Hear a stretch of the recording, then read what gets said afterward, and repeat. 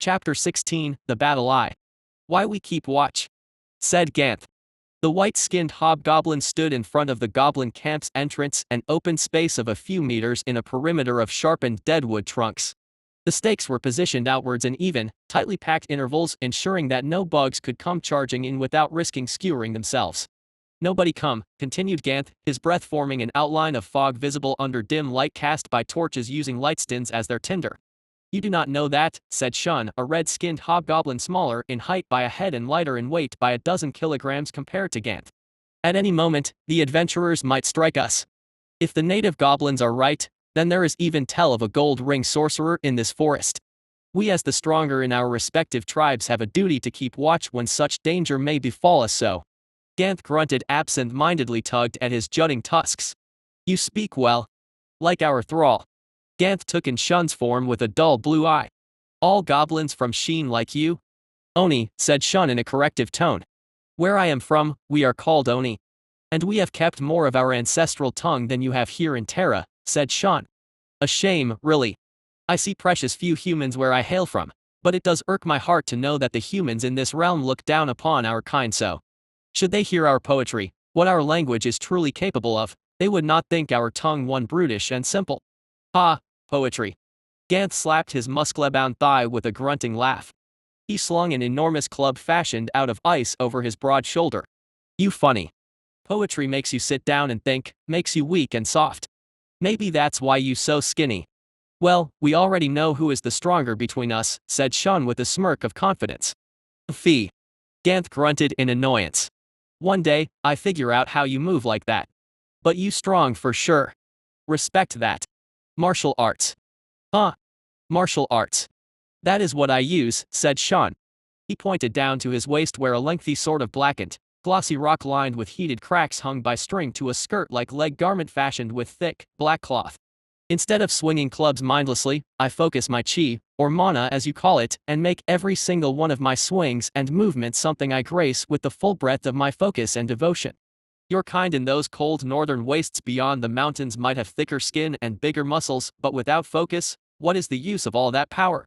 Ark, too many words, said Ganth. You sound like the thrall now. Always talking about this and that.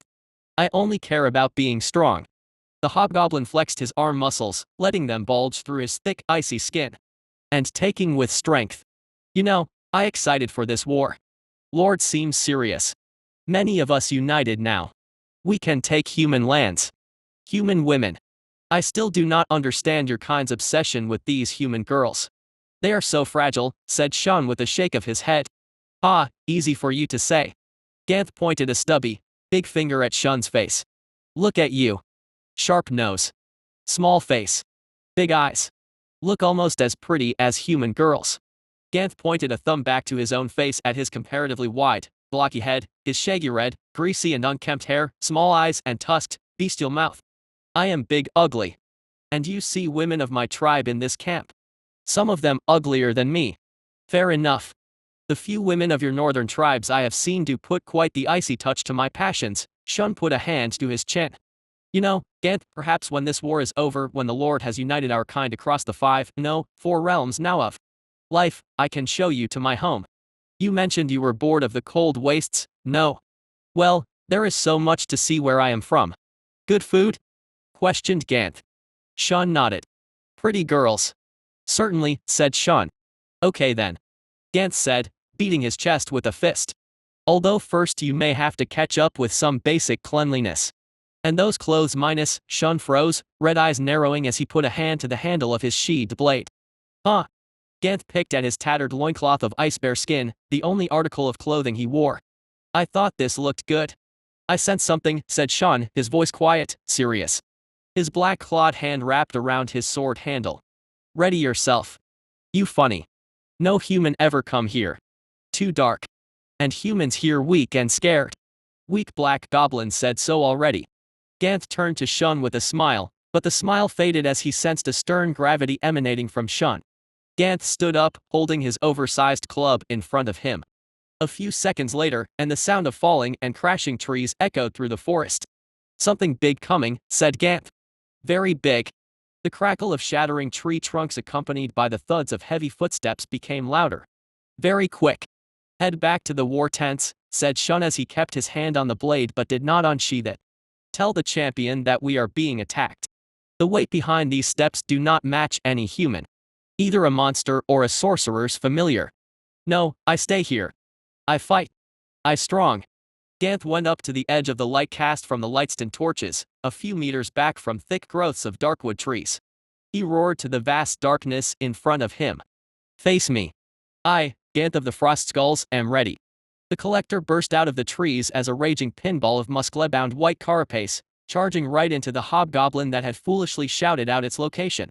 Having built up to its top, maximal speed, the collector moved fast enough to appear as a blur to the average human eye, and that velocity compounded with its immense weight meant that when it hit the hobgoblin, it eviscerated the specimen, splitting it apart in a shattered mess of caved-in bones and torn flesh. Or that was what the collector had calculated based on the hobgoblin's density of muscle mass, height, and approximate sturdiness of bone structure, all details it had parsed mid-charge through its sensitive hairs. The hobgoblin did fly backwards a dozen meters, breaking through the darkwood stake wall entirely and tumbling several times, but it did not die, skidding to a halt in the dirt as an intact, living, breathing specimen, though it did groan in audible pain, clutching at his side where blood began to flower from internal bleeding and shattered ribs. The collector clicked its mandibles. Loudly, this time, for never before in its life had it been this disappointed, this wrong with its calculations. It brought shame upon the name of the collective, it. Shun slashed at the collector, unsheathing his blade in a quick-draw arc meant to gut the collector from the side. The collector did not react to the attack. It had assessed the red-skinned hobgoblin variant's physique and estimated its physical capabilities, but this attack was approximately 3.66 times faster than what its musculature could muster, even with considering efficient movements. The blade clanked into a shower of sparks as it skidded across the collector's immensely durable carapace. Shun's eyes widened as he felt impact against a surface harder than any he had felt before ring up his hand, jarring his very bones. The collector capitalized on the moment of hesitation and swiveled its head to the hobgoblin, opening its maw and activating its pyrocatalytic glands.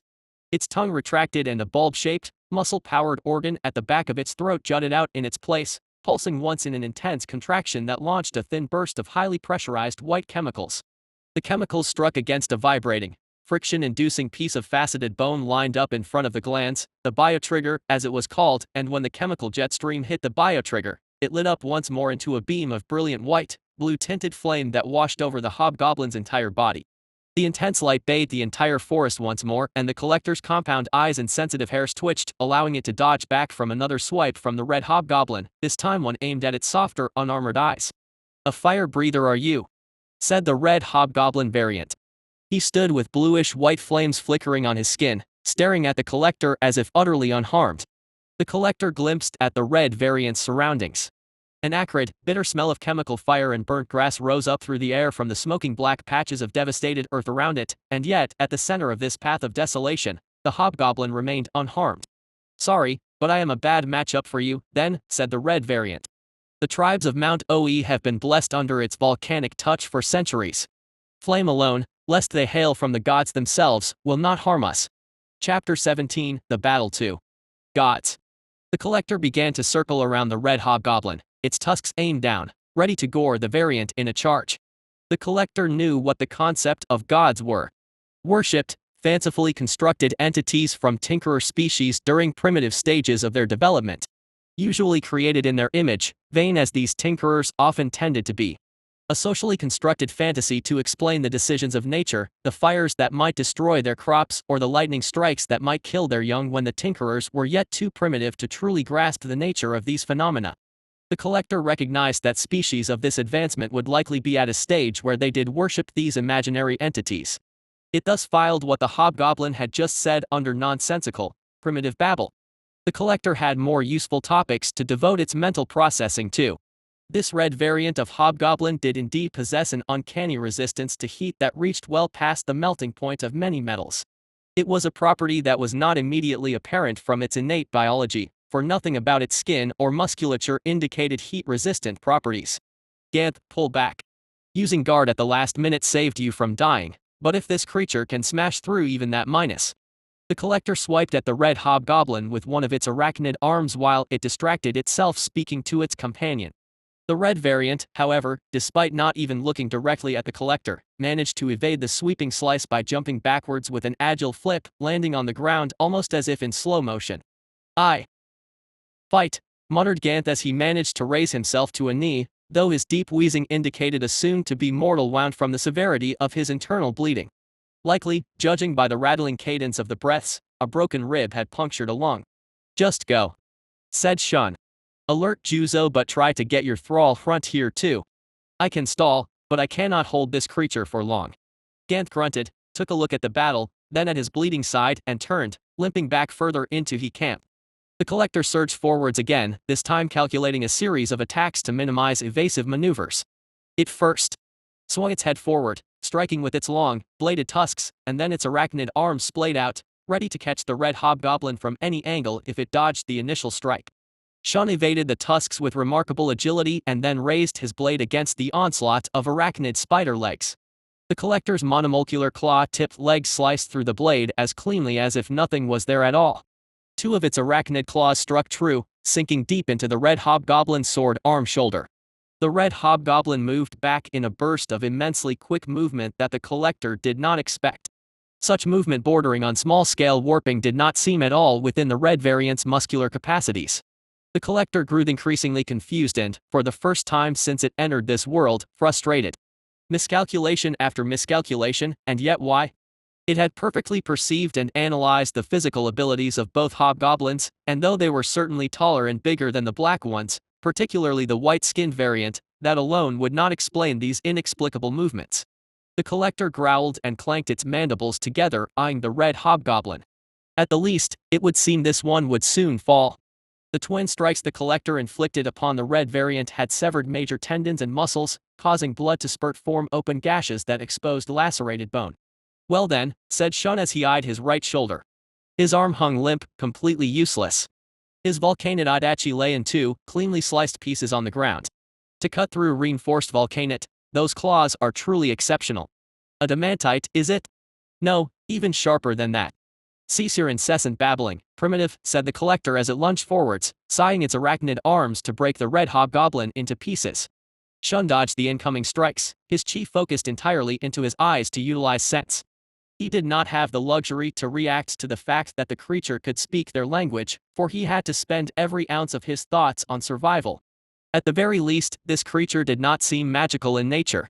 He could not sense that it was projecting any mana, making it so that without opposing magical aura to throw off his sense, he could read every single one of the creature's movements before they even happened. Shun saw the creature lower its center of gravity, and immediately his vision flashed red. Mortal danger. He leapt backwards, making distance between himself for the ensuing charge. "Judging from your facial expressions and body language, you are capable of perceiving my actions the moment I begin processing them. You move before I move. I calculate a high probability of psionic capabilities, and yet, I cannot sense any psionic charge from within you," said the collector. "Curious. I have no idea what that means, nor who sent you, monster," said Shun as he breathed in deep, focusing his chi, focusing his will. He had to stand his ground here. Stall for time. But you best give up and go crawling back to whatever human sorcerer created you, for he did a bad job. Without any mana, I can read you as clearly as a springside stream. You will never strike me. This will indicate point of view shifts. Shun narrowed his eyes. This was a bluff. He kept his chi projected outwards from his body and circling around the monster with the sense skill. This meant he could perceive the creature's movements and aggressions, but constantly projecting his chi outwards accelerated chi expenditure drastically, and without chi to reinforce his movements, it did not matter if he could see the attacks coming if he was too slow to dodge them. And this creature was immensely strong in terms of sheer physical power, speed, and durability. As if to prove this point, the monster sped forwards, once more striking first with its tusks. Shun swerved to the side and then ducked under a row of sweeping arachnid legs. He put chi into his legs and then leapt away as the monster swiveled its body, sending its armored tail into Shun's side like a club. Though Shun perceived the attack, he was a little slow. He reduced the damage with his chi-empowered backstep, but he could still feel a large bruise welling up from shorn and bloody skin where the club-like end of the monster's tail barely grazed him. In purely physical strength and speed, this monster was easily on par with the 3-star adventurer, far beyond any of the hobgoblins and matching or surpassing even Juzo, the champion. Though the monster lacked magic, it possessed claws sharper than reinforced adamantite, making any ordinary defense utterly useless against it, though it seemed skills like guard could work. If the beast managed to surprise Juzo or even Lord Zol as it had surprised Shun when it sliced through his volcano Adachi, then it was entirely possible for the monster to instantly kill either of them if they were not being cautious. Grunt was best suited to kill this creature with his ranged magic. Shun grimaced, stealing his resolve. Grunt was on his way to this camp from the inner one, but he was still quite some time away. If Shun could not hold this monster here, then he had no doubt it would devastate the vast majority of hobgoblins and goblins in the camp, for none of them were awakened to any high degree, relying only on the strength of their flesh and bone. "I will hold you here," declared Shun as he took in a deep breath, spreading his stance wide to allow for larger ranges of movement. "Whether I live or perish. Soon, you will come to know the might of the tribes of Oi." "Does your tribe specialize in fleeing like vermin?" said the collector. "I am unimpressed, primitive. I will enjoy tearing your flesh from the bone." "Go ahead and try," said Shun. He held in a breath, his senses tuned to the max. He could feel and hear his rising heartbeat, he could smell the bitter, foul scent of burned grass, and he could feel the tiniest breeze of wind touch against his skin. With sense like this, he would evade everything this monster could muster. The monster moved, rushing in towards him. Shun readied himself, his muscles tensing as he ascertained the creature's intent. Would it swipe at him with its spider claws? Strike at him with its long tusks? Whip at him with its tails? So many possibilities, and yet, since men out of all those countless paths, he would perceive only the one the monster decided on. Shun froze. He had never felt anything like this. He saw what the monster decided on, but equals. The collector rushed past the red hobgoblin's body, its body low and its 6 arachnid claws stuck out in front of it, a breath of victory escaping its maw as a cloud of fog. A moment later, the red variant's severed head landed in front of the collector, blood spilling out onto the darkened grass, an expression of utter surprise still etched into its red eyes. The collector clicked its mandibles as it looked down at the expression on the hobgoblin's severed head. Once the collector knew the primitive had the capacity to read its movements and foresee them, it devised a strategy against it. Certain tinkerers with psionic charges possessed the same ability. Collector variants at their full power never really had to deal with them, as they possessed an innate psionic defense sourced from their link to the collective that rendered anything possible by an individual tinkerer ineffective. But it seemed that in its current weakened and disconnected state, the collector was susceptible. It had improvised, however. If the hobgoblin primed its movements based on a precognitive perception of what the collector decided upon, then the collector would simply overwhelm the hobgoblin with a surplus of options. With superior mental processing systems, the collector could commit itself to dozens of attack paths at once in equal intensity. The red hobgoblin had likely been swamped by the sheer density of attacks it predicted, and its primitive mental systems simply could not keep up, freezing it in place. The collector's muscular, prehensile tongue lashed out and gobbled up the hobgoblin's head. It heard the hobgoblin's decapitated body fall behind it with a thump. The collector turned and consumed the rest of the goblin. It would have liked to savor the red variant's taste, for though its erratic movements had irked the collector, it had still challenged the collector as a warrior. Biomass gained plus 15. Biomass level, 34 100ths. New genetic material available. Stored genetic material.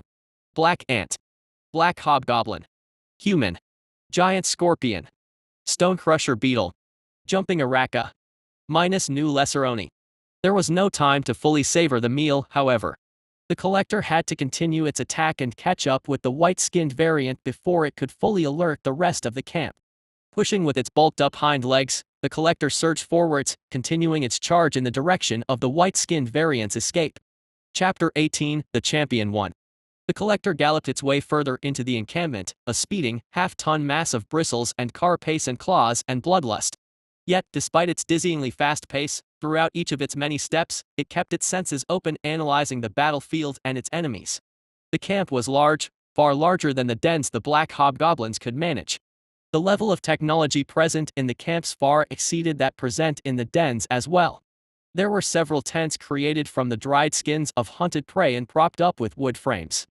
Skin-wrapped barrels of roughly carved wood containing mostly liquids and meat stood by each camp. The presence of fire, a common evolutionary development among budding tinkerer species, was also evident in rings of black, smudged ash and wood nearby the tents. From these camps, there emerged hobgoblins and normal, smaller goblins poking their heads out of the tents at first in curiosity, then in terror. The collector slaughtered them all, using its tusks to gore them, its armor-plated weight to bludgeon them, its tail to bash them, its hooves to stomp underfoot the little goblins, and its many arachnid claws to sweep around like a reaper's scythe, lopping off heads and limbs left and right. Where the collector went, it left a trail of limbless, battered, and decapitated bodies littering torn apart and smashed tents. As it raised them, it felt its biomass levels accumulating in the moments it stopped to consume hobgoblin corpses, not even bothering with the smaller ones. Biomass gained +3. Biomass gained +3. Biomass gained +3. Biomass level, 64 100ths. New genetic material gained. Stored genetic material. Black ant. Black hobgoblin. Human. Giant scorpion. Stone crusher beetle. Jumping araca. Lesser oni. Minus new frostborn hobgoblin. The collector noted that none of the goblins here were of the black-skinned variant. Neither of these variants seemed native to this environment either. The white-skinned variants were adapted to harsh colds. The red-skinned variants did possess a waxy layer to their skin along with innately lower body temperatures to prevent water loss, yet none of these explained a resistance to flames the stronger red variant guarding the gate had spoken of. There were patterns to the distribution of the goblins as well. In larger tents marked by skins with shaggier fur, white-skinned variants dwelt. In tents marked by sleeker skins, the red-skinned variants dwelt. None of them were anywhere close to the strength of the red and white-skinned variants guarding the camp. The collector had even adjusted its strength, accounting for the possibility that these specimens could move 2 to 3 times faster than what their biological capabilities could suggest, but it found it had grossly overestimated their abilities. Strange, thought the collector as it now rapidly reached the center of the encampment, the scent of the escaped, white-skinned hobgoblin drawing near. Then what was it that allowed those two specific individuals to possess such unnatural physical capabilities? The red variant, too, possessed 5 times the amount of biomass compared to its peers despite no apparent physical differences. The collector thought of the new words it had heard. The red hobgoblin had spoken of mana and volcanite and adamantite, all words the collector was unfamiliar with. Volcanite and adamantite, the collector could easily reason were types of ores based on its etymology in the goblin tongue and the context in which the words were utilized. But mana. The red variant had noted the collector possessed an absence of it which allowed the specimen to predict the collector's movements. The collector's stored memories could only approximate mana in this context to a psionic charge, and yet all other contextual clues indicated that the red variant was not speaking of psionics. There was the possibility that this mana was connected to magic, the other unknown phenomena that the collector had encountered in this world, and yet, it still did not have more information to sufficiently establish strong links between them.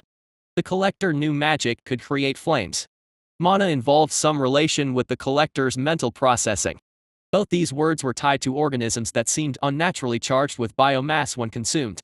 In addition, mana had some additional relation to the humans, for the red hobgoblin had surmised that the collector was, insultingly so, a creation of a human sorcerer, the same class of human as the female specimen the collector consumed beforehand.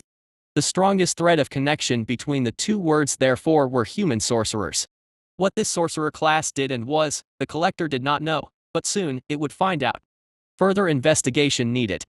But the collector could instinctively tell that it was close to connecting these seemingly isolated threads together. Just 1 or 2 more leads. For now, though, there was the battle, the slaughter. The collector reached the escaping frostborn hobgoblin at the center of the encampment. The white-skinned hobgoblin breathed heavy, wheezing breaths, his hand clutched to his bruised and bloody side. His steps dragged together, coordination deteriorating from blood loss. By now, the collector had slaughtered 10 hobgoblin and destroyed 4 tents. It estimated that if the goblin populace was spread in even density throughout the circular area, then there could be anywhere from 30 to 50 hobgoblins. But if the vast majority of them were ordinary, then they posed no threat. Your attempts to delay your inevitable demise and now, feeble little creature, said the collector as it approached the hobgoblin.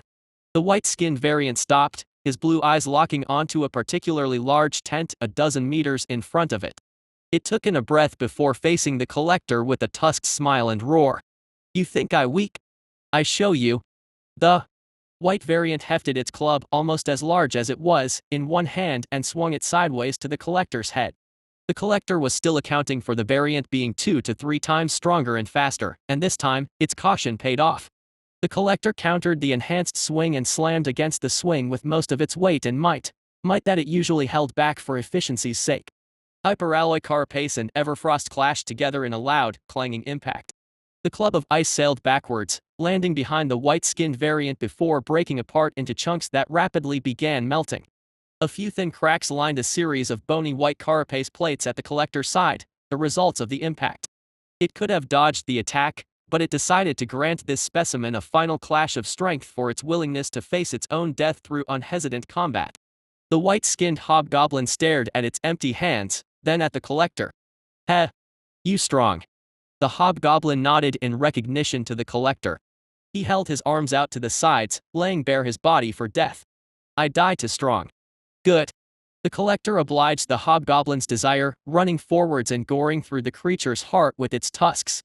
The hobgoblin seized up, coughing up a spurt of blood before it grew limp, its head hanging backwards. The collector jerked its head up, bisecting the hobgoblin from the chest up, and then consumed the creature. Biomass consumed +10. Biomass level, 74/100. The collector clicked its mandibles.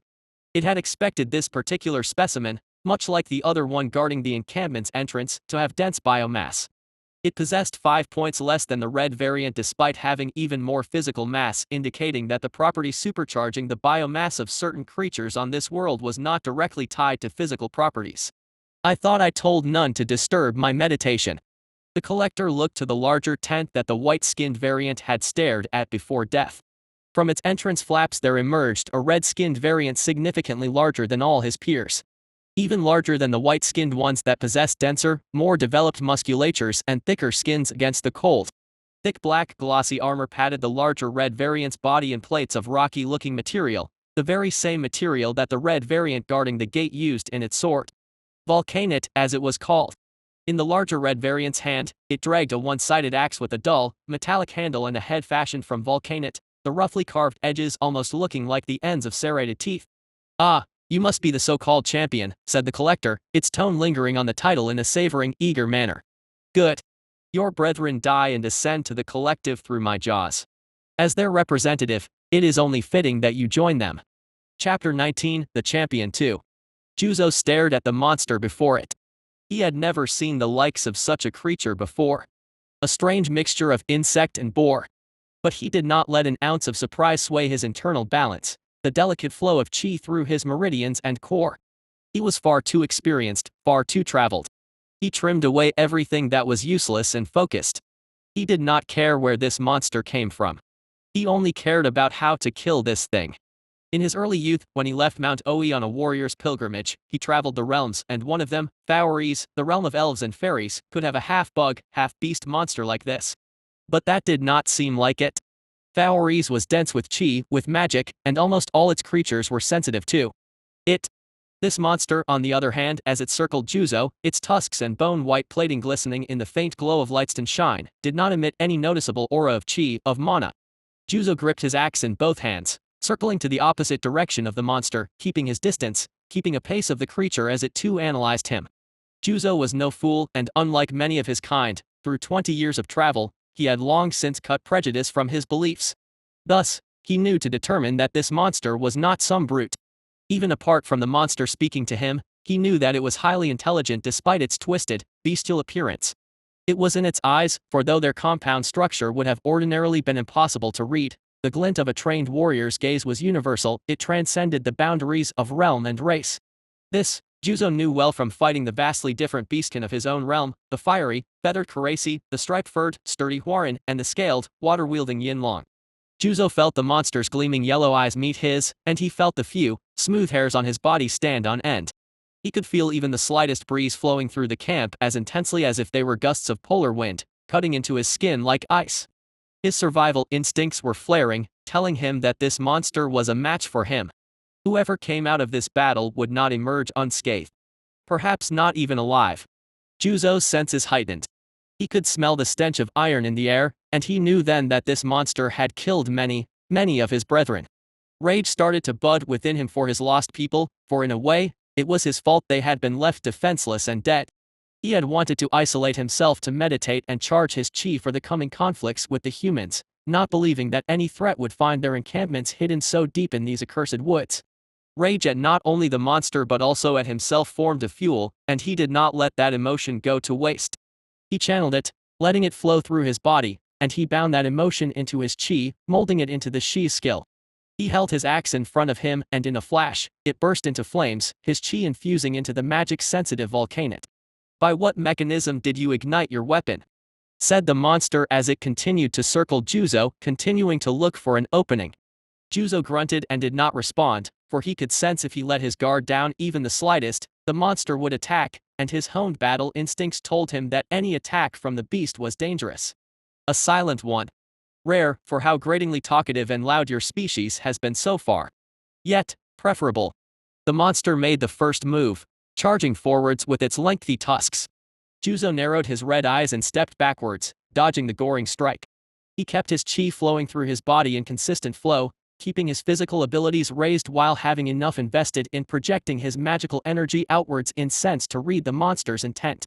The monster was not committing deeply to an attack, and so he did not either, for it seemed the creature was baiting him into a counter.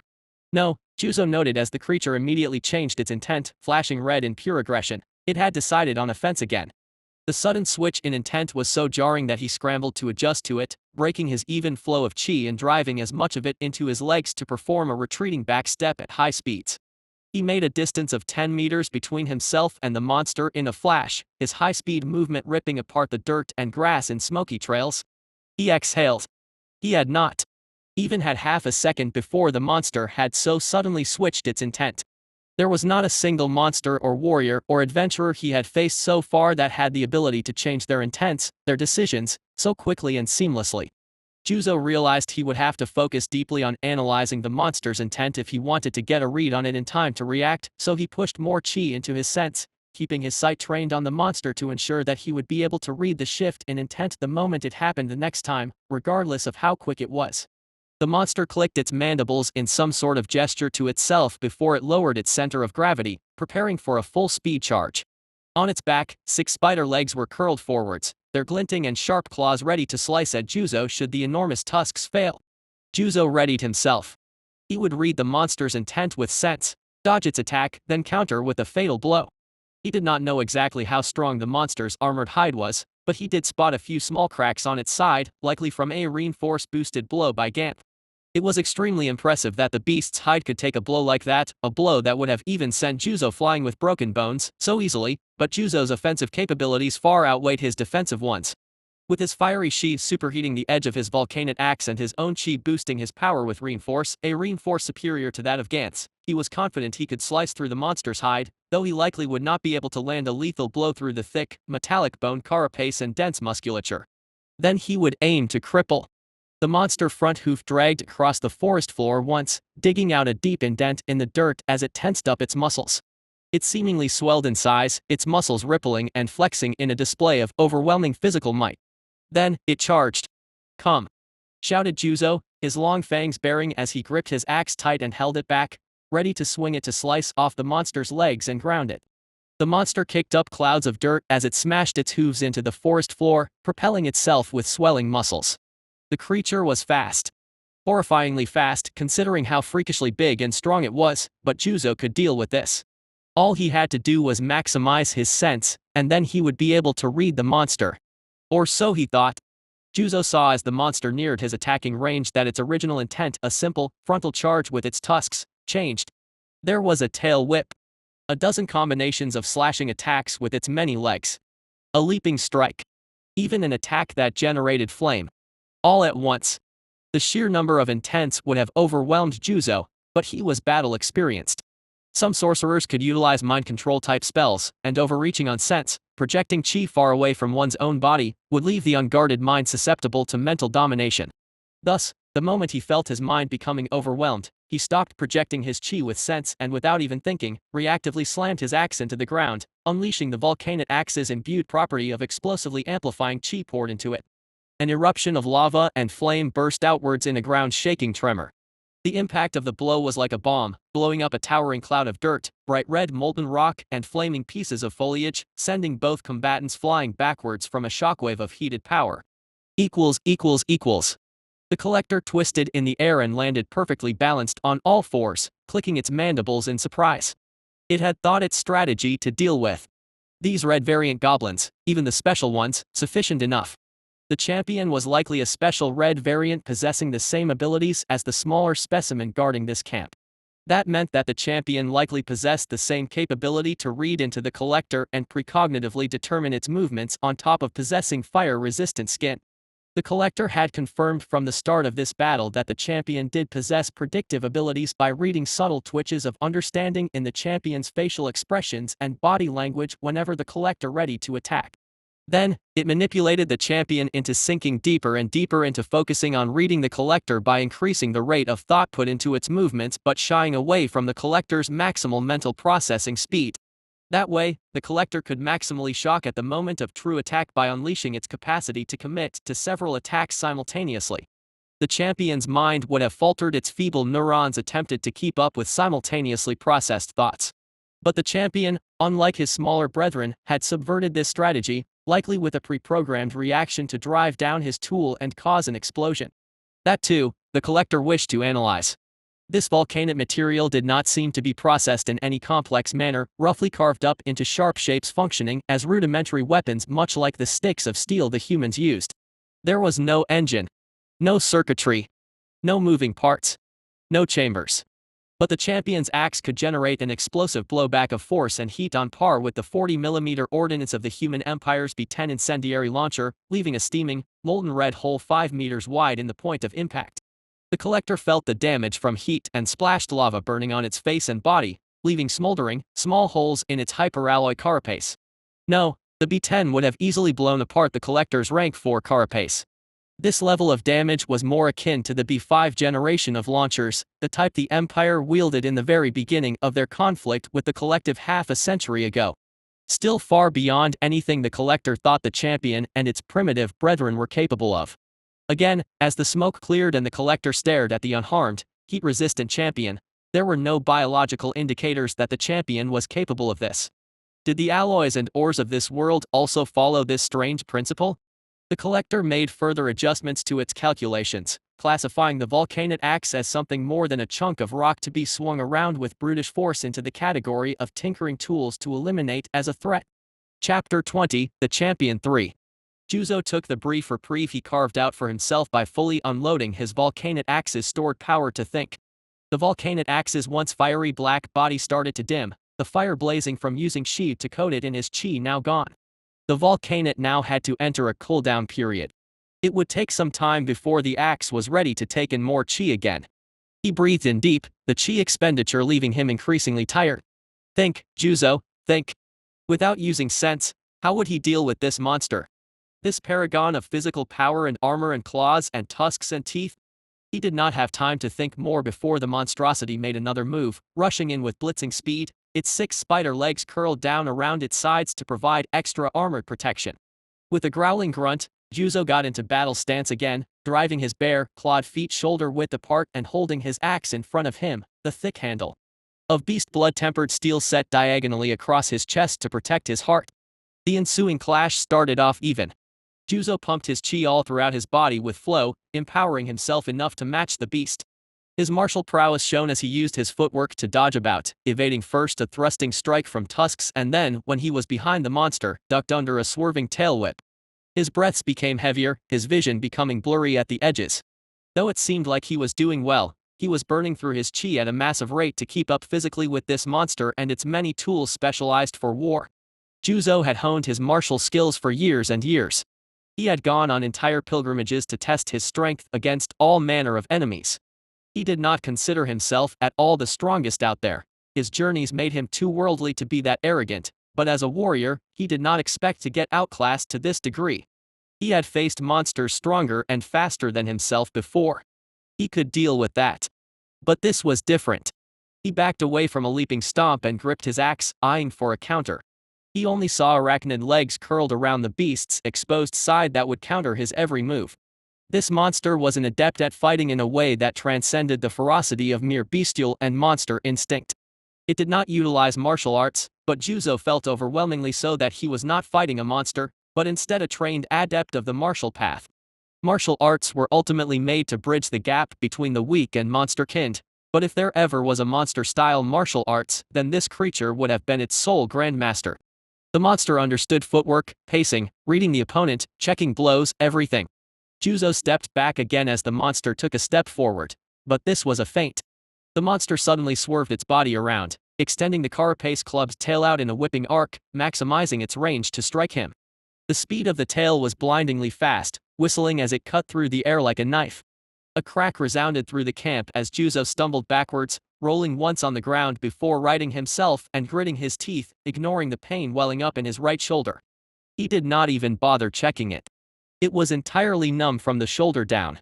The heavy blow had probably shattered every important bone and then some there. He gripped his axe in his still-working left hand and realized something. Throughout this entire fight, he had feared the monster's claws, specifically the ones that sprouted from the white-plated spider legs on its back.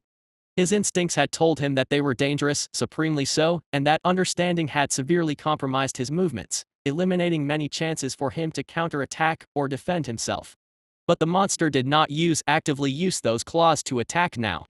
Instead, it kept them down, curling them along its flanks more for defense than to strike. Perhaps a weakness. Did the claws deteriorate in strength over time? Or was this a lure?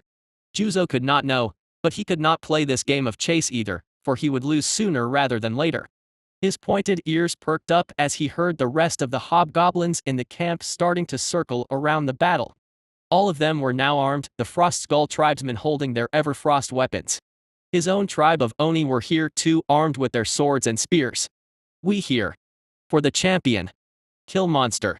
A shout resonated among the Frost Skulls and they cheered. One of their few bowmen loosed an arrow that shattered on the monster's armored side. The monster stopped and emitted a low, rumbling growl, its four compound eyes gleaming with intense yellow in the dim light of the forest. The growl immediately sent a wave of fear outwards, stopping the hobgoblins, though they numbered well into the 20s, to freeze in their tracks. "Are you okay, my dear?" Juzo nodded stiffly as his two concubines neared him. "When you left the tent, we gathered everyone," said one of them. "You are hurt, dear. You should let your men deal with this thing for you." Juzo thrust out his muscular arm, bidding his wives back. "No, everyone here is useless. They will only slow me down. My loves, take the other women and children of this camp to the inner stronghold. All of you," shouted Juzo, his thick neck muscles bulging as he projected his voice in a booming blast. "Get out of here. None of you will take this fight from me, nor are any of you worthy of it. Go back to the stronghold. Tell Front and Zol to come with haste to witness my victory." "Are you sure, my dear?" said one of his concubines as she reached out to touch his back with her hand. Juzo shook it off. "Of course. Now go. I will not repeat myself. Equals. The collector clicked its mandibles as it saw the horde of hobgoblins and lesser goblins leave, funneling out of the camp. Within a minute, they were gone, this champion's authority evidently enough to compel them to move with considerable haste. This left the collector and the champion alone once more. "A foolish decision, primitive," said the collector. "As a social species, you forsake one of the greatest strengths you undeveloped bipeds possess, your numbers." "I know," said the champion. He wielded his axe in his one remaining arm. "I know I could have used them. Even if they could not harm you, they could distract you. I could have found an opening to strike. But you would have killed many of them, perhaps all of them. I cannot do that. Half of them are my own tribesmen. And the other half do not deserve to die for my sake either. So come, let us continue." Curious. The collector began to circle the champion specimen again, but this time at a more leisurely pace, giving the specimen some breathing time. "You forsake advantage to value their lives, and yet, you are a special variant in possession of a title of authority. Your life by all metrics should be worth drastically more than theirs. Perhaps you are lacking in calculative ability and victory. Does your mind truly believe you have sufficient capacity to grasp it in this compromised state? Major fractures bordering on absolute destruction litter your right scapula, humerus, acromion, clavicle minus. I know I will lose. The champion smiled, an expression of happiness, and yet there was no joy to be derived from this inevitable demise, and soon, the demise of his brethren. I spoke of victory, for I did not want to dampen their hearts, knowing my death is to come. And though I may fall here, I know the others will stop you. The champion paused and took in a breath before staring at the collector with resolute eyes. One strike, said the champion as he pointed at the collector with his axe. I will inflict upon you one strike. And I will make sure you remember it. A fanciful proposition. One unfounded by rationale or quantification. The collector clicked its mandibles and began to pace around the champion for real, finding an angle to end its life. Yet, your kind does confound such principles. We shall see. Juzo saw the monster pick up its pace, its posture immediately becoming focused entirely on killing him, and he gripped his axe tight and poured the final dregs of his chi into it. With the arrival of his people and this talk, he had stalled enough time to let the volcanite axe to cool down, allowing him to store chi in it again. Using chi, he engulfed the black axe in an aura of flickering fire once more, just as strong as it had been the first time, for he was not holding back anything, willing to burn through chi until he dropped dead. The teeth of the volcanite axe began to whiten as it gathered intense heat, distorting the air around it in waves. His volcanite armor, too, even though its purity was low, responded to the sudden outpouring of chi, taking it in, red lines of magical heat lining their breath. Juzo narrowed his eyes in focus, saving the last pieces of his chi to empower himself with flow for an attack. Before his people had intervened, he had thought that maybe the monster could not use its claws to their max strength anymore. He had also thought that the monster might have been luring him in. In the end, it did not matter. He had to bank on the hope that the monster's claws did not work, because either way, he was going to die. The only difference being whether he left any lasting damage or not. The monster struck again, and it came forwards faster than it ever had, obviously with the intent to end this fight now. Juzo roared as he met the charge with his own, blasting his whole body with chi, reaching far past his reserves and breaking his limits. He could feel his muscles tearing and his bones groaning as power surged within him, intense heat and pain rising from within. Emotion blurred together and hit his mind in a whirling hurricane. The despair of seeing his mother bleeding out on the grass, the love he felt for his teacher, how her wings and arms and legs moved so gracefully, so elegantly, heartbreak that his love could never reach her, the thrill of his first victory, the humiliation of his first near-death battle, the determination to journey and grow strong, the sheer wonder of seeing the endless forests and sky-reaching trees of Faoris, the solemnity of becoming a champion for the first time, of feeling lives depend upon him. All the strongest feelings he had ever felt coursed through him as he drew on every last bit of chi within him.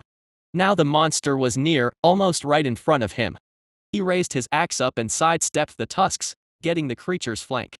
He did not worry about the spider legs and the claws anymore, for he had made up his mind, he would take any blow to land a strike.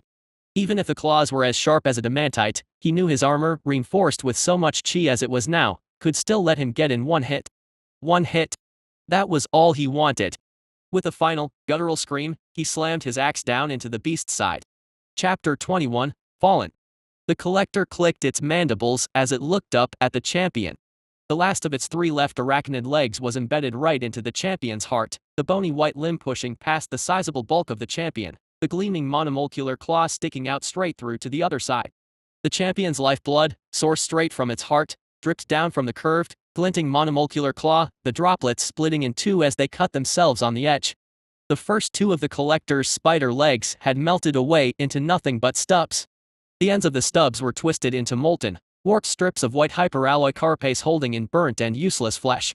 The collector used its remaining legs to sigh off the stubs to prevent them from compromising its movements. Blood spurted from the two empty leg sockets on its back, but the collector tensed up its ultrafiber muscles, and the internally applied pressure halted the blood flow. A severed axe head lay embedded in the collector's back, melting through the carapace and slicing deep enough into ultrafiber musculature underneath to moderately compromise movement of the front left leg. The collector had lured the champion in by withholding use of its claws. Yet, as the battle went on, the collector had perhaps sensed the champion had seen through these intentions. But in the end, the champion charged in anyway. It was foolishness. But not entirely unfounded. Once the champion charged in, the collector had tried to use the first two of its three arachnid legs on its left side to slice the axe apart, but it had underestimated the speed of the champion even with calculative adjustments for it enhancing its physical abilities to a multiplicative factor of 3 for the champion had drastically exceeded any past strength or speed it exhibited before. The end result was that though the collector did sever the axe head, the sheer velocity of the swing and the remaining heat within the head created a sharp, superheated projectile that managed to wound the collector and melt off the front two spider legs moments after they made contact with it. One strike. That was what you promised. You fulfill your promise, said the collector to the champion's limp corpse. Why it spoke to a lifeless husk, it did not know. A waste of time. Yet, it felt appropriate. The collector squeezed its ultrafiber muscles, popping the axe head out of its side. There was no bleeding for the wound had cauterized from the intense heat. The smoldering axe clunked on the dirt, rapidly losing heat and light and turning dull before shattering into chunks of brittle black rock. The collector drew in the champion's body with its remaining arachnid limb. It stared at the lifeless body with a small, half-formed feeling it could not quite place. Yes, the champion had thrown away its advantages and its life, but it had observed a willingness to fight through inevitable demise, to fight and fight as a warrior should. The collector took a moment to place a word to the feeling processing within it. Admirable, decided the collector. It drew the corpse near to its tusked maw. Your lesser brethren flee to alert their superiors. I could pursue them now, but I will not pass upon the chance to savor your flesh. Perhaps they will reach this inner stronghold. Perhaps my tireless legs, even with this wound you inflict upon me, will catch hold of them. Regardless, may your flesh find greater purpose within the collective. The collector stretched open its mouth and snapped down on the specimen's head, the trophy part of the creature, and devoured it. As expected of a special specimen, the collector could not extract memories from it. From there, the collector worked its way down with surgical precision, using its remaining 4 arachnid arms to strip off pieces of flesh bit by bit. When there was nothing but a bare skeleton, this too, the collector savored, devouring first the mangled and broken pieces of bone in its shoulder, a memory of a battle between warriors, and then the rest until not a crumb of bone nor drop of blood was left behind. Biomass consumed plus 50. Biomass level, 124 100ths. New genetic material gained. Stored genetic material. Black ant. Black hobgoblin. Human. Giant scorpion. Stone crusher beetle. Jumping Araka. Lesser Oni. Frostworn hobgoblin. Minus new greater Oni. The collector clicked its mandibles, pleased. It could easily reach its next metamorphosis level. At 124 100ths of its biomass bar, it could even spill over the surplus to the next level. However, when considering completing each successive metamorphosis level required more and more biomass to satisfy, the surplus of 24 points would degrade down to a far lower number. But the prospect of reaching the 5th metamorphosis level was quite the alluring one. It would allow the collector to grow even stronger and larger, though it would have to consider at this point moderating its size in order to maintain some level of stealth. Already, its current form pushed the physical dimensions required to adequately traverse this forest biome without generating too much noise. Beyond gaining raw power, the collector could more importantly enhance the evolutionary system embedded within itself by the collective. For the system embodied the evolutionary nature of the collective, being itself a changing, adapting construct. With the 5th level, the collector could increase the number of species it could merge to gain a new form from 3 to 4 and also extract any unique adaptation inherent to the natives of this world to permanently keep. This would prove highly useful, such as the unnatural level of fire resistance present among the red-skinned variants, or, if possible, the very property that allowed some of these specimens to become special. The collector clicked its mandibles in contemplation, staring out into the other side of the encampment where the rest of the hobgoblin had fled. It had been exactly 9 minutes and 37 seconds since they had left. The issue remained that ascending to the next metamorphosis level would take time. A time span ranging from 30 minutes to an hour depending on the complexity and compatibility of genes comprising the new form. Far too much time to spend if the collector wanted to continue this battle. Yet, the collector could not deny it was injured. It paced forwards, testing weight on its damaged front left leg. There was some hobble in its steps. It calculated the damage done to the leg, which specific bundles of ultrafiber musculature were damaged and their mobility functions and compromised, finding within seconds the most efficient way to distribute its weight again. Minimal loss of speed when charging. Noticeable to significant deterioration of reactive fast twitch muscle capabilities. In conclusion, traveling capabilities operating at almost maximal efficiency. Combat capabilities reduced by approximately 15% with a standard deviation of 8% depending on whether the collector faced a single enemy or multiple at once. Indeed, the champion had inflicted a blow to be remembered. It was a viable option to consider retreating at this point to evolve and recover damage in exchange for allowing this lord and thrall to ready proper defenses against the collector. There was a case to be made for both a retreat and a continued offensive, and certainly, the collector could run the mental processes and fine-tune its calculations to determine what it perceived as the more efficient option. But remembering that attack, that final, reckless, yet admirable charge, the collector could only click its mandibles in determination as familiar heat surged within it, turning into a veritable fire that pushed it to charge forwards, ever forwards, building up rapid speed as it made mechanical adjustments to its sprinting to compensate for its damaged leg. Would the collector retreat now against these primitives when the champion, a warrior far lesser than it, had not retreated before the collector? No. The collector would continue onwards, recalling in its very being one of the primary directives implanted within it, that against its enemies, it should fight and fight, to kill and destroy and rip and tear until the battle was done. Chapter 22, Pursuit. The collector galloped across the cleared and light-lit path in the dark woods, shoulder-bashing trees that came into its way to bulldoze them. As it traveled the path, following the strong stench of an entire horde of goblin kind, it noted that the path became wider with fewer trees to block it the further it traveled in. There were more of the light-generating rocks lining the path here. Bigger rocks, too. Indicated the inner stronghold possessed more resources than the camps. From extracting the memories of the various normal hobgoblin specimen the collector had consumed in the camp, it knew that the stronghold was no temporary encampment either. It was a natural landmark. A yawning pit in the ground, its edges lined with a blue light. Deep. Possessed 5 layers. The lord occupied the deepest layer. Each layer possessed half an encampment's number of hobgoblins. Then at minimum, 70 hobgoblins total. However, none, or at the least only an exceeding few, were special. The thrall and the lord, this soul, were of particular interest. There was exceptionally little information regarding them even among the memories of the hobgoblins. Both goblin variants seemed to lead isolated lives, rarely if ever interacting with the normal specimen.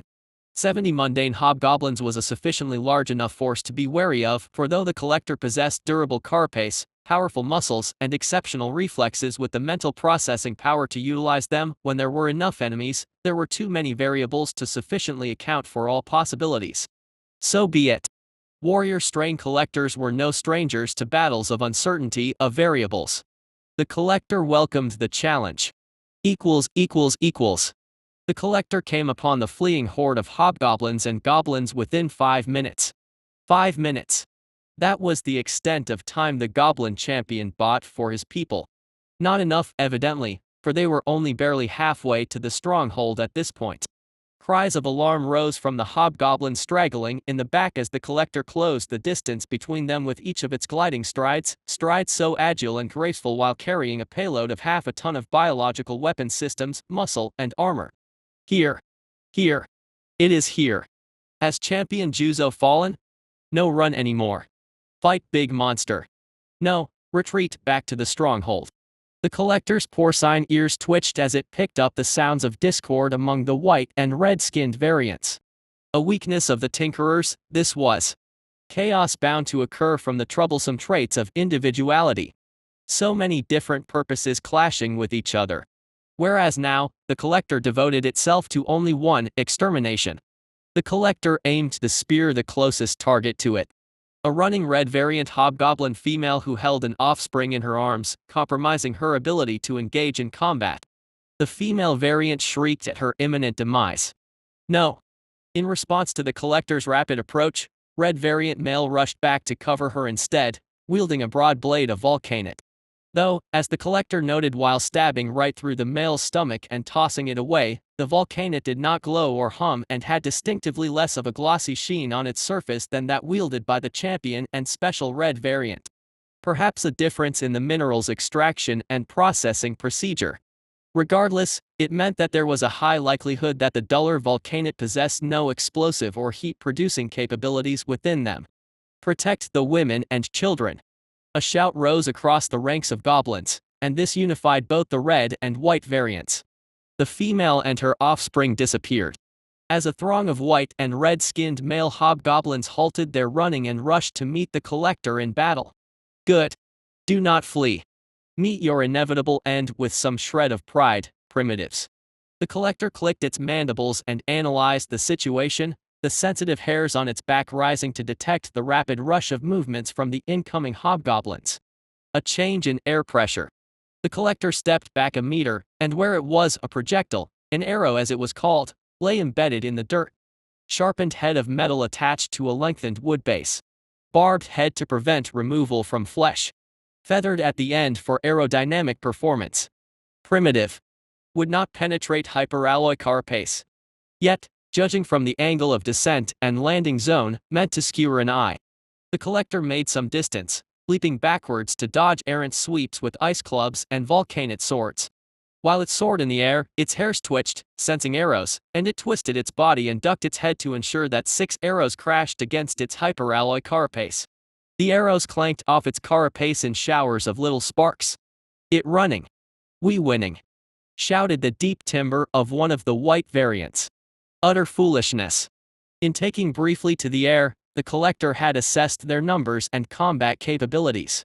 Most importantly, from the higher vantage point, it spotted 4 white variants and 2 red variants behind the group wielding tools of wood and twine, boughs, it recalled from extracted memories, meant to be pulled taut to unleash projectiles.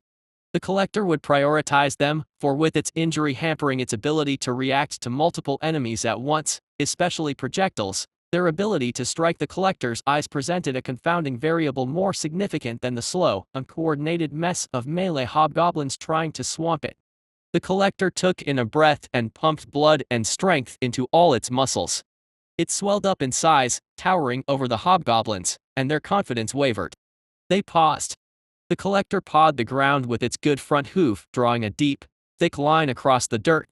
The hobgoblins understood what was to come. Some of them shivered. Hold fast. Shouted a red variant, and that shout kept the more cowardly among them from fleeing. They held up their weapons, tensed up their bodies, dug their feet into the dirt, everything to try and get them to stand up against the collector's charge. The collector charged, the enormous muscles in its hind legs bursting into a flexion of power that drove sprays of dirt and foliage back like miniature explosions. It blurred in a bone-white, bone-shattering battering ram. Red and white-skinned hobgoblin bodies flew into the air with major fractures to their skeletal systems as the collector bowled past them, reaching within seconds into the backline of bow wielders. A final volley of arrows clanked on the collector as it angled its carapace helmeted head down, only giving the arrows hardened hyperalloy carapace to bounce off of. Annoying little creatures with your little imitations of firearms. The collector whipped around, brutalizing one hobgoblin square in the stomach with its clubbed tail. The continued momentum of the tail carried the hobgoblin and crashed it into 2 others, knocking them breathless or unconscious to the ground. The collector zigged and zagged around the other 3, its remaining 4 arachnid arms moving like surgical clockwork to sever their heads from their bodies. Blood sprayed and sputtered, marking out contrasting splotches of red on the collector's white carapace before pores within it opened up, draining it all. The collector turned to meet the rest of the hobgoblin and saw that they no longer approached it. When it stepped forwards, they stepped back. Pathetic. In engaging with your champion, I had thought your primitive species infinitesimally less savage than before. Yet, disappointing. None of you are even worthy of joining the collective, though your flesh I will still take, said the collector. Then, the unexpected. The collector did not sense anything with its sensitive hair's adaptation. It was its compound eyes, capable of a wide field of vision, that perceived it first, a circle of pale blue light spanning underneath it. The collector did not sense anything aberrant about the light, or anything at all, and this absence of sensory input caused it to immediately become wary and cease its attack, leaping backwards. In a flash of light and chilled air, a pillar of ice manifested, its dimensions large enough to have encased more than half of the collector's body. A wispy aura of chilled air wafted from the pillar, though not cold enough to affect the collector through the layer of frost-bore blubber on its ultrafiber musculature. Yet a flash freeze like that, if placed properly, would have immobilized the collector. A mere beast, not even a magical one, can escape the clutches of my ice prison. The collector recognized this raspy voice from the memories it had extracted. This was Runt, the so-called thrall, one of the three superiors in a position of authority among this populace. It located where the voice projected, approximately 87 meters down the lit path towards the direction of the stronghold, outside of the 10-meter range of the sensitive hare's adaptation. Further attempts to extrapolate this thrall's location through optical systems proved futile. Interference from trees and the path curving to block line of sight. How was it, then, that this thrall possessed the means to not only accurately determine the collector's location, but also to generate ice in localized flash freezes? The means to project its voice to such an extent. By now, the collector did not expect any of these species to wield sufficiently advanced technology such as coolant lasers. No, this thrall was one of the special types. Like the champion. Another high-priority target for consumption. The collector tensed up again, its muscles swelling, and then it charged, explosively releasing power out of its hyper-flexed ultrafibers to shoot it right into this thrall's direction at top speed. What? Such haste? Came the thrall's voice. The collector ignored the curving, light-lit path leading to this thrall, instead taking a shorter, diagonal path through the lightless dark woods. When it left the path, its figure disappearing in the dark woods, the thrall's voice rang in the air again. Where did it go? The collector smashed through trees aplenty as it barreled onwards. Within 10 seconds, it was out the other side, right where it calculated this thrall would be. Chapter 23, The Thrall. There it was, the unmistakable appearance of the white-skinned thrall. It stood alone at the center of the cleared path and stared at the collector with mouth open, baring yellowed, chipped teeth. In its right hand was a stick fashioned out of bones and topped with the skull of a human. The thrall jolted backwards in surprise, its tattered, rough cloak of animal hides clattering as the many skeletal adornments decorating it moved. The specimen raised a wrinkled white hand to the collector, but too late. The collector was too fast. Charging in at top speed, a speed that even the champion, a prime physical specimen among this kind, found difficult to perceive, it speared its tusks straight through this thrall. Yet, its calculated scenario of events did not manifest into reality. Instead of the collector's tusks and flesh piercing and breaking a body far weaker and aged than that of the champion or even compared to the other hobgoblins, the collector instead passed straight through the specimen. The collector clicked its mandibles in muted surprise as it whirled around, ready to strike again. The thrall's form was misty, almost transparent, as it seemed that its body wavered between states of solid and gaseous matter. I am alive," remarked the thrall with shaky voice. It stumbled backwards again when the collector rushed in, swiping with its monomolecular-edged claws to sigh off the specimen's head. The thrall flinched, but when the claw passed by its neck once more, it opened a beady blue eye and reveled with a broken-toothed grin. "So, I was not wrong. You do lack mana, you foul imperfect creation. Without it, I may as well be like the gods to you, untouchable in the genius of my mist-born spell. You only have your maker and his incompetence to curse for your end." The collector growled, insulted that this creature, this mere, primitive thing, would talk to it so lowly. It continued an onslaught of attacks, slicing dozens of times at the thrall only to find all of its claws simply phasing through the fog-like form, finding no yielding flesh nor bone. "What is this?" uttered the collector in confounded surprise. It opened up its jaws, brought out its pyrocatalytic glands, and activated the bio-trigger, shooting out a stream of chemicals that ignited into a stream of burning blue and white fire. "You can speak? Good." The thrall loosed a cackle as the fire parted its form almost entirely, reducing it into a few wisps that floated a dozen meters away and reformed. "Then you will tell me all you know." It pointed its bone stick at the collector and shouted, "Winter winds, reduce this thing into nothingness." Bright blue lines manifested around the thrall's arm, streaking up from its fingers to its shoulder in a slanted crisscross that looked, as the collector noted, like circuitry. The bone staff rattled for a second before glowing blue. A cone of howling winds propelled countless shards of sharpened ice towards the collector. The collector lowered its head and weathered the storm of projectiles. The ice shattered on its carapace, and the frostbore blubber ensured that its body and musculature would not freeze from the winds. The collector analyzed the attack. Winds at sufficient velocity to knock back the average human of this world. Temperatures low, nearing freezing point. Shards of ice fueled by wind. Ice of regular structure. Unlike that of the clubs and weapons the other white-skinned variants wielded. Unremarkable. The thrall continued, pride and gloating beginning to leach into his voice as the fear of death started to ooze away from the initial scare against the collector. This hideous form of yours, no doubt it suits the tastes of that miserable human sorcerer that cowers even from his own kind. Rejected by even his own kin, he said he would not raise a finger against our invasion, but look, it appears he has some compassion for his own in spite of his twisted tastes. When I get to him, I will carve his bones from his body and take the magic from them, and you will be mine to control. As the thrall prattled on and on, the collector thoroughly analyzed this thrall. This thrall was no exceptional specimen. Hunched spine. Atrophied muscles. Eyes lightly cloudy with cataracts. Aged. Unremarkable. Weak. Yet, still evidently special. But not in the same way as the champion, which possessed strength and speed beyond its physical means. Possessed the ability to manifest ice without the usage of any technology. Possessed the means to shift its state of matter from solid to gas interchangeably without deconstruction of the consciousness, and the gaseous state itself, though reminiscent of fog, did not dissipate from intense heat. The capability to utilize lower temperatures as a weapon was rare even among tinkerers, with the only available weapon corresponding with such a capability being industrial-scale laser coolants, largely impractical for combat. The capacity to freely shift states of matter like this, however, held almost no correspondence to anything the collector knew of throughout its stored memory database. No warrior strain collector had ever encountered anything remotely even similar to this.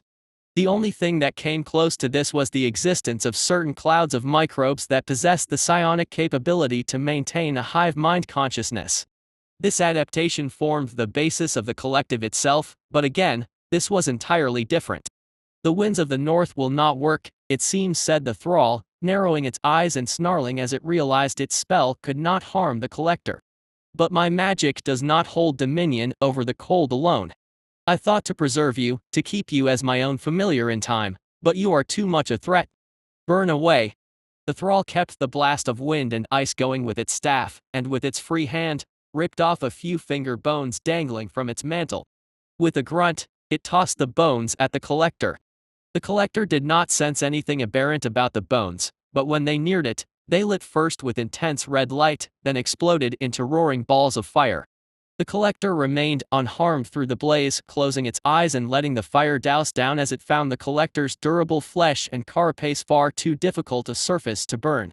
Also unimpressive. Also weak. Yet, the fundamental nature of this ability was incredibly dangerous. The thrall seemed to bend reality itself to its will, flouting conventional physical laws to a far greater extent than any other special specimen among its kind. But, having now received this fire-generating attack, the collector remembered the human female sorcerer could do something similar in much the same manner. Even the heat of their flames were nearly identical. The mechanisms through which specimen performed these tricks was much the same as well, through a stick-like receptacle utilizing certain words. Combined with the thrall's babbling providing new context clues, the collector tied the threads together. All this was magic. It clicked its mandibles. It had severely underestimated the nature and scope of this magic. Its initial theory was that this magic was a simple tool of war akin to the firearms tinkerers wielded, but even more primitive in scope. That these specimen, human and goblin alike, all seemed to possess not even a shred of threatening technology had also fueled this miscalculation. That this magic possessed the capability to manipulate the states of matter itself was a threat the collector could not have fathomed. Such manipulation of raw atomic structures and the transfer of energy between them would likely be the most dangerous capability throughout the known galaxy. As if wielding the essence of creation itself. Yet, there were limitations. The thrall did not simply turn the collector into air. It relied on its fire and ice and equally meaningless and pitiful tricks to try and harm the collector. Though the thrall boasted, it was evident that this altercation would go nowhere. The thrall did not have the means to eliminate the collector, and the collector leapt backwards as it noticed blue light under its feet again. Another ice pillar rose up where it had been. Curses, you are quick. He must have found a way to sacrifice mana into pure power in his familiars, said the thrall. The thrall was too slow to encase the collector in the ice it could create. Soon enough, the Lord would arrive with reinforcements from the stronghold. The situation became highly disadvantageous for the collector. It had been willing to face risks to continue the battle and the fight, but this prancing around and weathering attacks that did nothing whilst it too could do nothing, was no battle, no fight. It was meaningless. Risk for no gain. Boring. The collector felt the heat within it quell as it realized this was no longer anything resembling a battle like that held between itself and the champion, or even the lesser but still special variants. With the heat fading, the collector did not hesitate and charged away, ignoring hails of ice and projectiles from the thrall breaking against its carapace with about as much care as it would give raindrops. It sunk into the thick of the dark woods where, without the aid of the light-generating stones, the goblins could not follow it. Chapter 24, Casus Belli. Lord Zol gazed upon the pile of red and white hobgoblin bodies and body parts stacked high. The crushed bodies of smaller goblins peppered the pile and a film of blood formed underneath it, trickling ever outwards. "Give it to me," said Zol, his voice grating.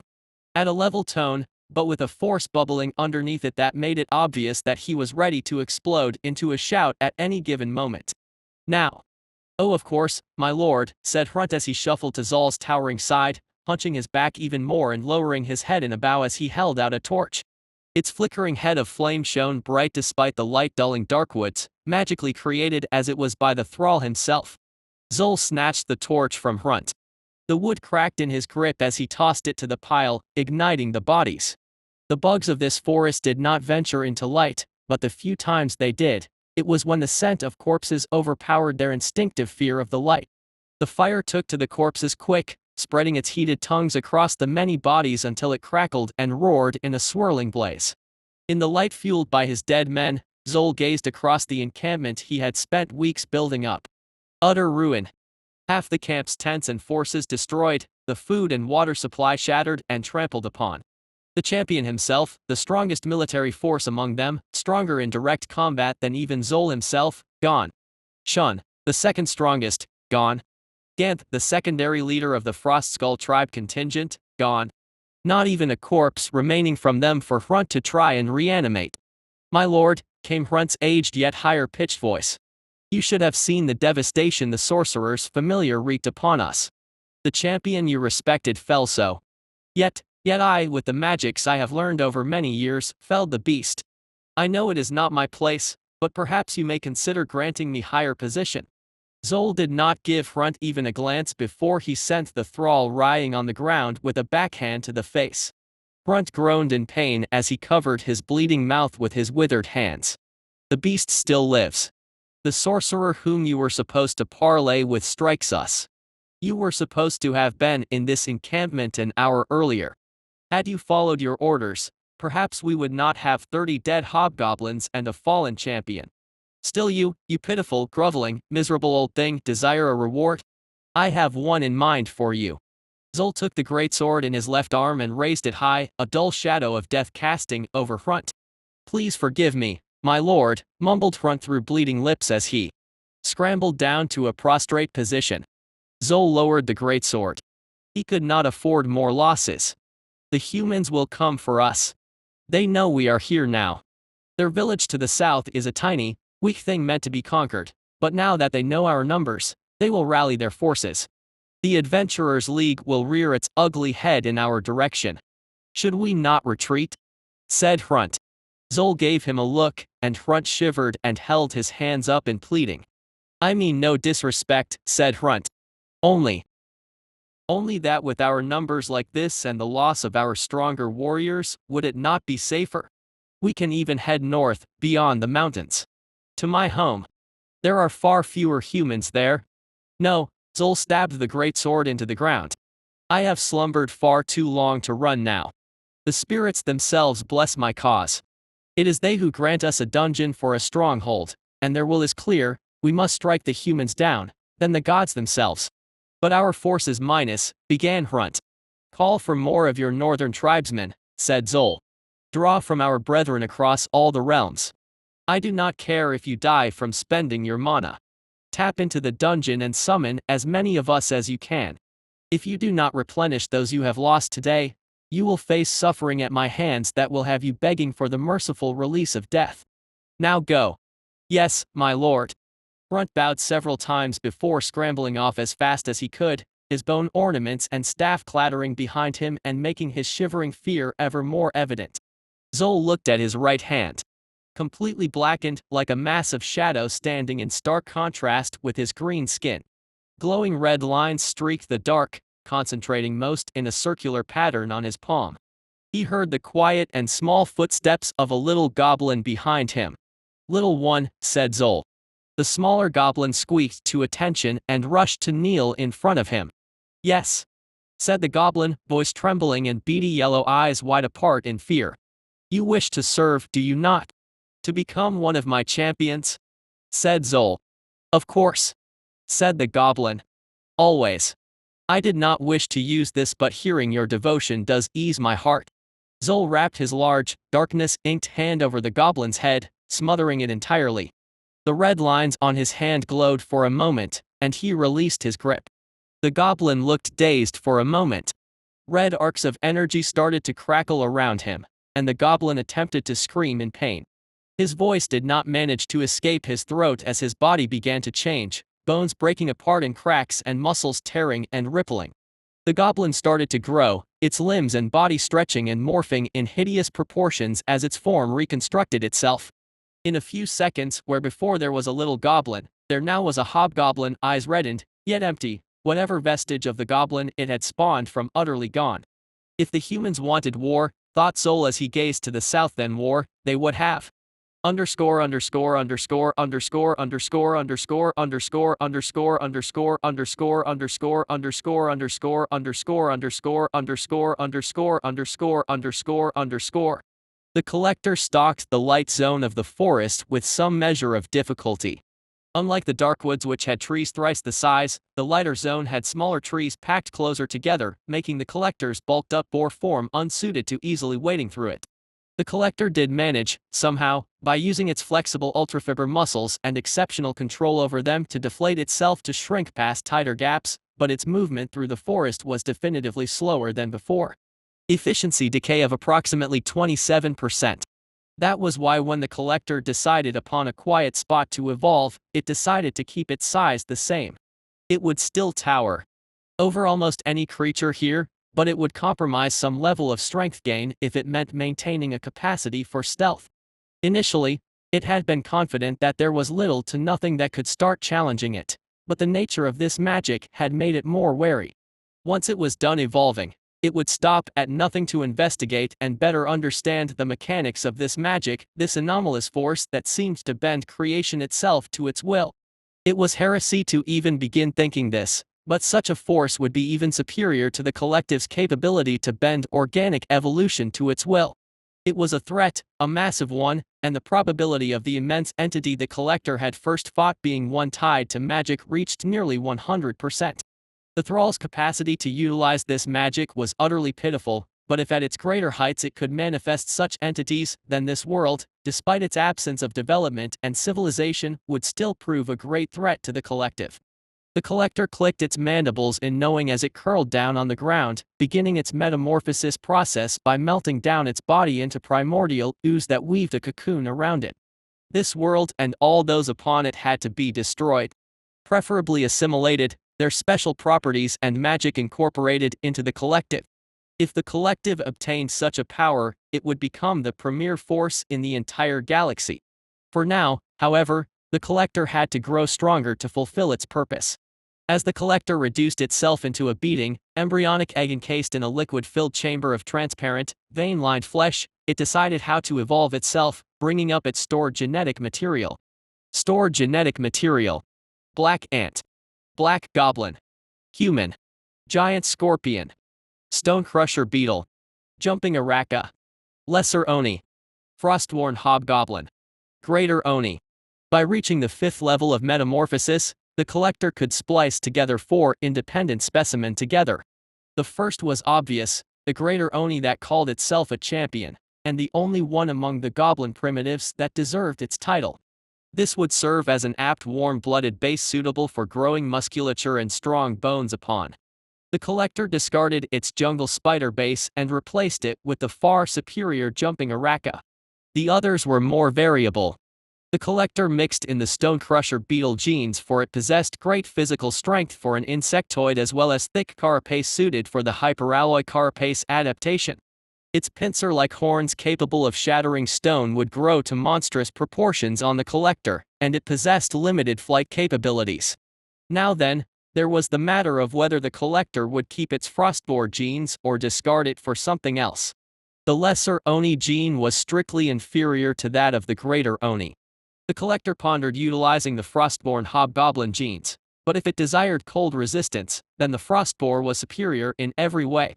The giant scorpion was the only thing to consider. It too provided a base to grow hyperalloy carapace, but its main draw was the stinger it possessed that stored a deadly neurotoxin that would rapidly seize muscular functions in most of the creatures the collector had encountered so far. The collector analyzed for a brief moment and settled upon discarding the frostboar gene for the giant scorpion. With the greater Oni as a muscle and bone base, it would have to take a bipedal form, but it did not feel as revulsed considering that this specific specimen had been a suitable warrior to the collector's standards. And, with some measure of anticipation, the collector wished to try and extract the property that made the champion so special. Now that it would reach the 5th metamorphosis level, it could extract and permanently keep an adaptation from one of its bases for itself.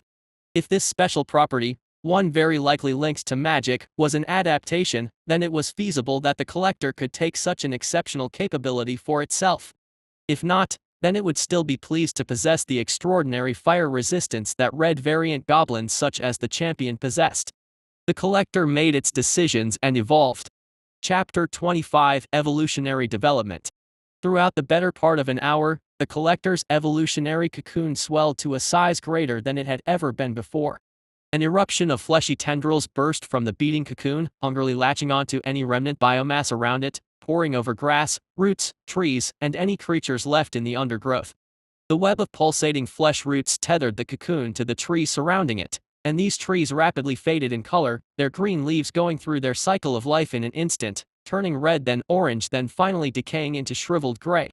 The nutrients were unneeded but could still aid in the metamorphosis process. The embryonic egg visible through the cocoon had now grown to the collector's new form, huddled up and curled into a compact ball with its knees drawn up to its chest and its arms hugging itself. The cocoon rippled for one last time and burst with a squelching pop with a torrent of viscous, steaming amniotic fluid. The collector landed to the ground on a knee, its carapace-plated body squelching with its every movement as it finished its solidification process. Metamorphosis Level 5 reached. Unlocking further capabilities of the evolutionary system. Gene boost restored. Capacity to splice together unique genetic materials increased from 3 to 4. Capability to permanently extract foreign adaptations gained.